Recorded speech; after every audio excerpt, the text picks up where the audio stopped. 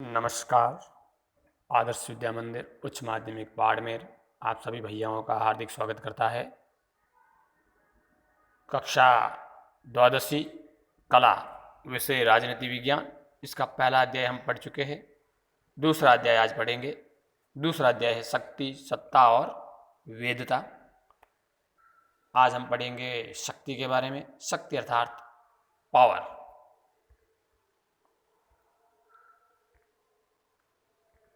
इस शक्ति,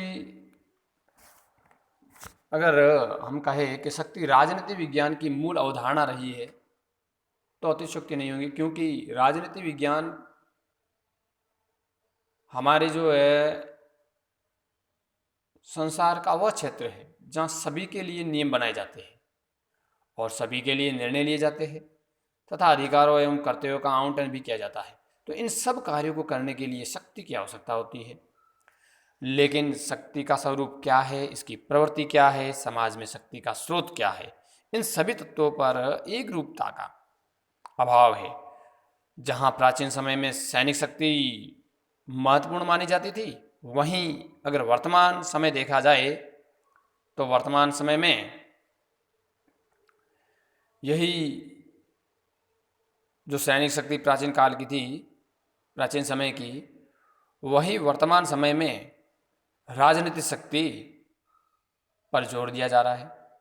प्राचीन भारतीय चिंतन में भी जो है मनु है, कौटिल्य है, शुक्र आदि ने शक्ति के विविध रूपों या विविध तत्वों पर प्रकाश डाला है। वहीं यूरोपीय चिंतन में मैकियावेली को प्रथम शक्तिवादी विचारक माना जाता है।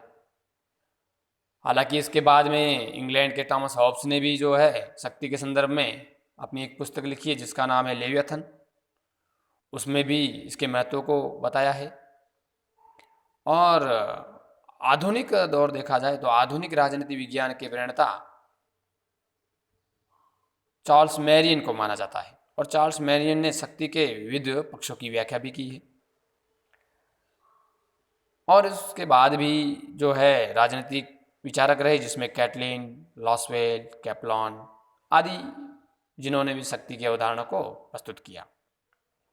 कुछ उदाहरणों के रूप में जैसे कैटलिन ने राजनीति विज्ञान को शक्ति के विज्ञान के रूप में परिभाषित किया, और कैटलिन की भांति ही लॉसवेल की भी मान्यता है कि राजनीति विज्ञान का दायरा शक्ति से अपरिहार्य रूप से जुड़ा हुआ है और समाज में एक प्रक्रिया या गतिविधि के रूप में भी शक्ति कैसे क्रियाशील रहती है, इसके संदर्भ में राजनीति विज्ञान की मुख्य विषय वस्तु मानी गई है शक्ति को। लॉसवेल ने एक पुस्तक भी लिखी है जिसका नाम भी है कौन, कब, क्या और कैसे प्राप्त करता है। ठीक है, कुछ परिभाषाएं है राजनीति इस शक्ति के संदर्भ में, जैसे ऑर्गेन्स्की के शब्दों में उसने कहा शक्ति दूसरों के आचरण को अपने लक्ष्यों के अनुसार प्रभावित करने की क्षमता है। ध्यान से सुनना, शक्ति दूसरों के आचरण को अपने लक्ष्यों के अनुसार प्रभावित करने की क्षमता है, यह ऑर्गेन्स्की ने कहा है। और रॉबर्ट बायस्टेड ने कहा है कि शक्ति बल प्रयोग की योग्यता है, न कि उसका वास्तविक प्रयोग। अर्थात जब तक हम शक्ति का प्रयोग नहीं करते तब तक वो शक्ति जैसे प्रयोग करेंगे तो वो बल कहलाएगा। अर्थात शक्ति क्या है, बल प्रयोग की योग्यता है, न कि उसका वास्तविक प्रयोग। ये रॉबर्ट बायस्टेड ने कहा है। इस प्रकार हम कह सकते हैं कि जिसके पास शक्ति है वह दूसरों के कार्यों, व्यवहारों एवं विचारों को अपने अनुकूल बना सकता है। यानी जिसके पास शक्ति है वह दूसरों के कार्यों, व्यवहारों और विचारों को अपने अनुकूल बना सकता है। और वही दूसरे और समकालीन सामाजिक चिंतन में भी शक्ति का अभिप्राय माना जाता है, जैसे कुछ करने की शक्ति, अर्थात जब कोई व्यक्ति स्वयं अपने लिए अथवा समाज के लिए कुछ कार्य करता है तो इसी को हम शक्ति कह सकते हैं। अगला बिंदु है शक्ति और बल, इनमें अंतर क्या है। तो शक्ति और बल में अंतर, सामान्यतः शक्ति और बल को एक ही माना जाता है, लेकिन वास्तव में दोनों में अंतर भी है। जैसे शक्ति प्रसन्न बल है तो बल प्रकट शक्ति है, शक्ति अप्रकट तत्व है तो बल प्रकट तत्व है। यानी हम कह सकते हैं कि शक्ति है वो प्रच्छन्न है, छिपी हुई है, और बल है वो प्रकट। जैसे उदाहरण के लिए पुलिस के पास अपराधी को दंडित करने की शक्ति निहित है, लेकिन जब वह वास्तव में उसे दंड देता है, जो कि आर्थिक रूप में या शारीरिक दंड के रूप में भी हो सकता है, तब वह बल का प्रयोग करता है। इसी प्रकार शिक्षक के पास विद्यार्थी को अगर वो शैतानी करता है विद्यार्थी, तो उसको कक्षा से बाहर निकालने की शक्ति नहीं थी, लेकिन जब वो उसको बाहर निकालता है तो उसका वो प्रयोग कर लेता है, इसका मतलब वो बल में बदल जाती है। इस तरह शक्ति और प्रभाव में भी जो अनेक समानताएं और असमानताएं विद्यमान हैं, शक्ति और प्रभाव में। तो शक्ति और प्रभाव में क्या समानता है, क्या असमानता है, सुनेंगे। जैसे समानताएं, तो दोनों ही एक दूसरे को सबलता प्रदान करती है। दूसरा, दोनों ही औचित्यपूर्ण हो जाने के पश्चात ही जो है प्रभाव में या प्रभावशाली होती है।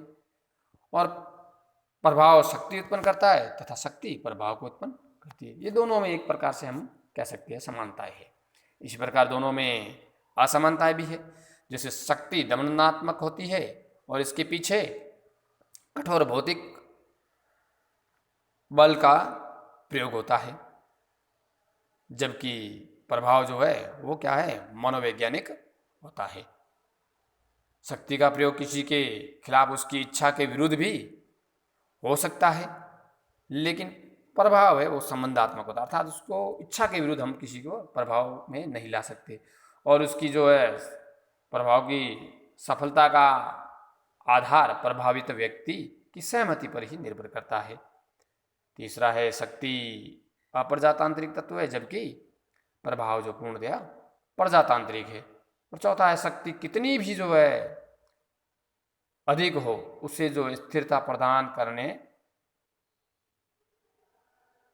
हेतु क्या होगा, प्रभाव की आवश्यकता होती है। लेकिन प्रभाव को जो है अपने अस्तित्व के लिए शक्ति के प्रयोग की आवश्यकता नहीं होती है। तो इस प्रकार हम कह सकते हैं कि शक्ति और प्रभाव में समानता भी है तो असमानता भी है।